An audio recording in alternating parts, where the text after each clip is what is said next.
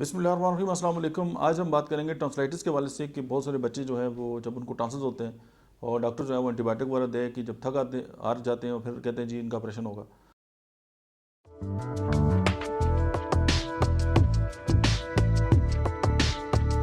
तो आज मैं आपको एक ऐसा नुस्खा बताता हूँ कि अगर आप इसको इस्तेमाल करेंगे तो आपके बच्चे जो हैं वो ऑपरेशन से बच जाएंगे। और मैंने ये अपने 23 साल जो करियर है इसमें जो हज़ारों बच्चे हैं उनको ऑपरेशन से बचाया।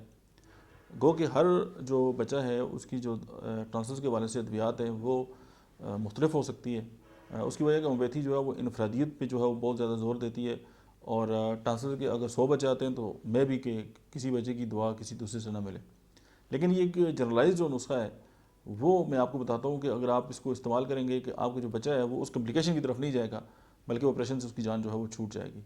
तो उसमें जो है वो जो इंग्रेडिएंट है वो 3 है।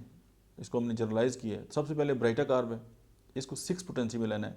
उसके बाद बेलाडोना है, इसको आपने 6 पोटेंसी में आप लें या 30 में ले लें।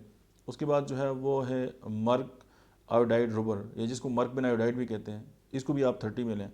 और इन 3 अद्वियात को जो है वो आपस में मिला लें और उनकी जो है वो बच्चों के लिए जो डोज़ है उसकी 5-5 कतरे जो है वो 3 टाइम है और 4 टाइम भी आप इसको इस्तेमाल कर सकते हैं। और उसके अलावा जो बड़े लोग हैं उनके लिए 10 ड्रॉप्स जो हैं वो 3 टाइम से लेकर 4 टाइम तक है। 2 घूंट पानी जो है उसमें इस्तेमाल करें तो जो टॉन्सिलाइटिस है आपके ना तो ख़राब होंगे, दूसरी है कि टॉन्सिल के अंदर जो इन्फ्लेमेशन है वो जो है वो दोबारा अपनी सही हालत में आ जाएगी।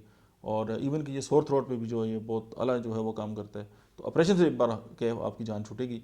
और ये फार्मूला आपको बताने का मकसद यही है कि आप ऑपरेशन से बचें और जो हॉस्पिटल्स में बहुत ज़्यादा बर्डन है वो भी कम हो। Thank you very much.